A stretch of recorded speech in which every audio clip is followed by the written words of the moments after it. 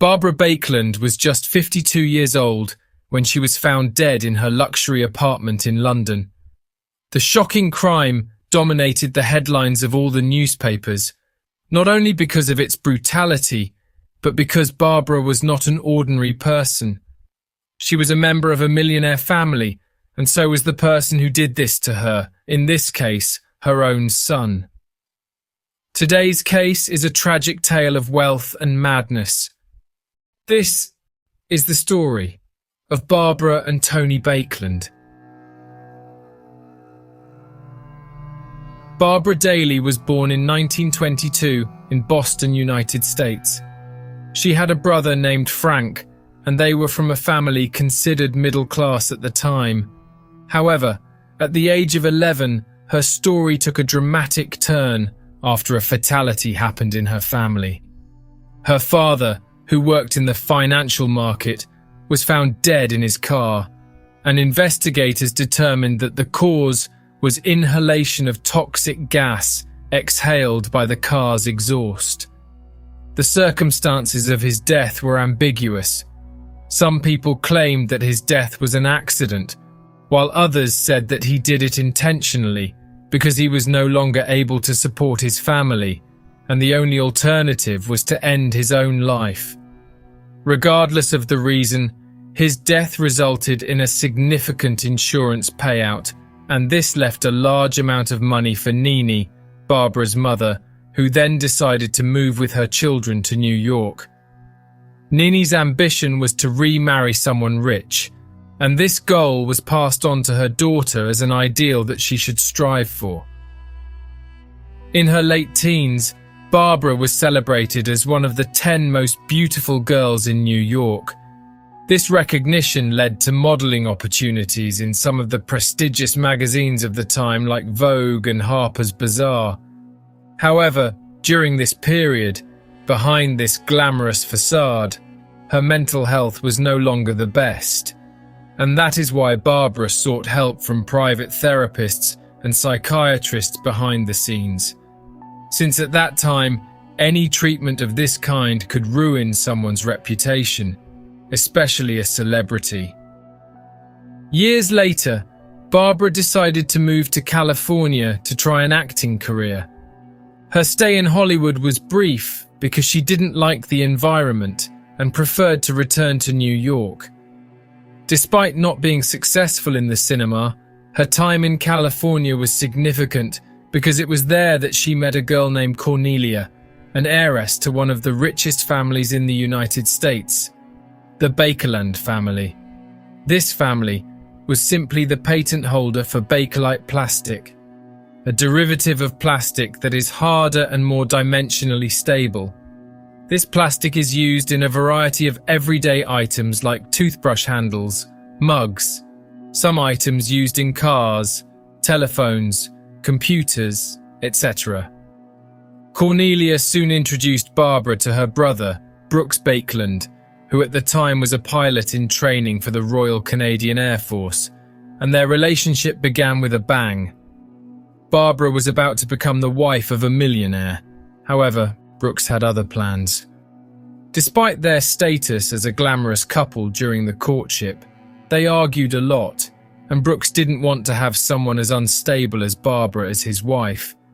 But when he decided to end the relationship, she came up with information that caught him off guard. Barbara revealed that was pregnant. The wedding was organized hastily before the belly started to show, as Brooks came from a very prestigious family, and according to etiquette, the right thing to do would be to get married and have children and not the other way around. So, in the early 40s they got married. Barbara was now officially a Baekeland, but what was supposed to be the beginning of a perfect life ended up becoming the beginning of a very complicated life when the truth became known. Brooks discovered that she was never pregnant, and that infuriated him. They ended up not divorcing right after the wedding, as that would also be frowned upon, but their relationship was never the same again. In late 1945, Barbara genuinely became pregnant with her only son. Antony Baekeland, or Tony, as he was known by many, who was born on August 28, 1946. During his childhood, the family decided to move to Europe, most likely because Barbara's tarnished reputation in New York. Barbara's life was marked by excessive drinking, dramatic outbursts, public displays of anger, and frequent crying spells. She often initiated unnecessary fights over trivial matters, all of which played out in public. In 1956, when Tony was 10 years old, the family was living in an apartment in Paris, and the couple's marital problems became increasingly visible. Brooks got involved with a diplomat's daughter, 15 years younger than him, and expressed his desire for a divorce. In response, Barbara attempted to take her own life, which led Brooks to abandon the idea of separation. However, the ongoing instability at home had a profound impact on Tony. At 18, he decided to leave his parents and live independently with friends. Away from the oppressive environment of his home and with plenty of freedom, Tony felt free to express his feelings, his desires, and thus discovered himself gay. He also ended up becoming a user of diverse types of drugs, and in the midst of this new life, he met a special boy who ended up becoming his boyfriend. The couple moved to Italy so that their relationship would be more distant from Tony's disapproving family, who would certainly not accept it. By around 1965, Barbara and Brooks had already relocated again. They were now living in Switzerland, and despite the distance, rumours about Tony's Italian life reached Barbara's ears, and she was enraged by the idea of having a gay son. Determined to correct him, she drove to the country to pick up her son by force. Sources say that Barbara began hiring women who provided intimate services and forced Tony to have sex with them in an attempt to change his sexual orientation. In an attempt to present a socially acceptable image, Barbara convinced a financially struggling Spanish friend to let her daughter Sylvie live with the Baekeland family. Sylvie, who now enjoyed a luxurious lifestyle, performed some domestic tasks, but was primarily there to pose as Tony's girlfriend. Unfortunately, this plan backfired spectacularly, because by including Sylvie in the family's life, she actually ended up having an affair with Barbara's husband, Brooks. This time, he did not feel hindered by any of Barbara's manipulation and blackmail, and the two divorced in 1968. Brooks married Sylvie, with whom he later had other children. Brooks distanced himself and ignored everything that came from Barbara. He really didn't care. He was fed up with her antics, but he never stopped financially supporting her and her son. In the end, it seemed like Barbara got what she wanted, her goal of financial security, with minimal effort, but she still had a problem. From her point of view, her gay son. Furthermore, Tony suffered from schizophrenia, but unfortunately, due to his family's status, he was never treated. His behavior was erratic. He was sometimes arrogant, rude, aggressive, clearly indicating he needed psychiatric treatment, and Barbara's controlling behavior began to increasingly destroy her son's mental health. Tony became increasingly out of control, threatened his mother with knives, attempted to choke her, and even tried to push her in front of cars during his episodes. But in Barbara's mind, all of this was the result of the gay disease from which her son suffered. For her, Tony still hadn't found the right woman, which she thought was the only reason he was aggressive.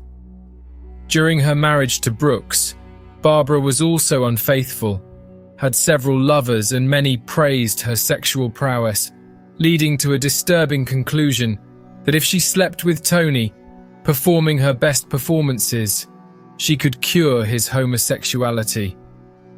This abuse occurred not just once, twice, or 3 times. Barbara constantly forced Tony into sexual relationships, and sources say she even roped her own partners into threesomes. This traumatic experience left Tony deeply scarred to the point where he could no longer deal with his mother, believing that he could only escape his mother's control through a tragic act like nipping evil in the bud. And so it was that on November 17th, 1972, at the age of 26, Tony took his mother's life at the age of 52 with a kitchen knife. The police were called by one of the employees, and when investigators arrived at the crime scene, they found Tony still with the knife in his hand, ordering Chinese food over the phone as if nothing had happened.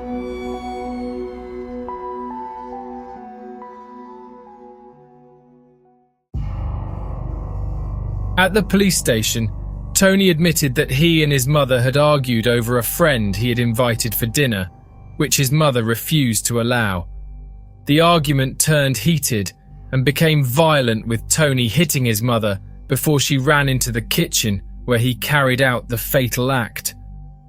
Tony did not deny his actions. He admitted that he was sick and had always suffered from psychotic episodes, but he never received medical treatment because the family could not have their image tarnished. In addition, he spoke about the physical abuse inflicted by his own mother.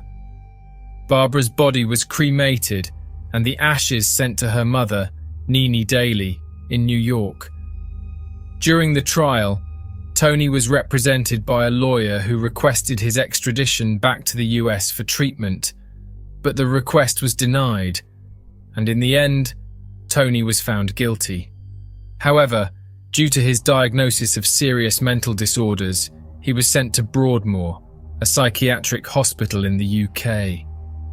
Nini had a more compassionate view of her grandson's struggles, which was instrumental in rallying allies to help lead a campaign aimed at bringing Tony back to the US. Nini loved her grandson and believed that under her supervision he could lead a normal, happy life. On the other hand, Brooks, his father, was against this idea and thought his son should go to a regular prison. Having a gay and crazy son, as he himself said, was outside his standards. Furthermore, he declared that psychiatrists were a waste of time and labelled his son a criminal. In 1980, Nini's efforts paid off, and many contacts managed to secure Tony's release from England with the American embassy on the condition that he would remain in her care, despite being 87 years old at the time. The decision infuriated Brooks, who tried to reverse his son's release, as he believed Tony was dangerous and capable of killing again. He was completely sure that no one understood how unstable he was. Despite his objections, Tony was released, flown to the United States, and he moved into his grandmother's house. In the first few days after arriving in New York, Tony built a macabre shrine to his mother Barbara and prayed daily over her ashes. Tony's behaviour was interpreted by Nini as regret and redemption. However, 6 days after his arrival, Tony had an argument with his grandmother over a phone call he wanted to make to England. Within minutes, in a fit of rage, he went to the kitchen, took a knife, and stabbed his grandmother 8 times. When the police arrived, Tony even complained to the police that the criminal mess that was there was because Nini hadn't died as easily as his mother. That's why he had a harder time killing. He added that, given his grandmother's advanced age, it would be kinder to end her life altogether.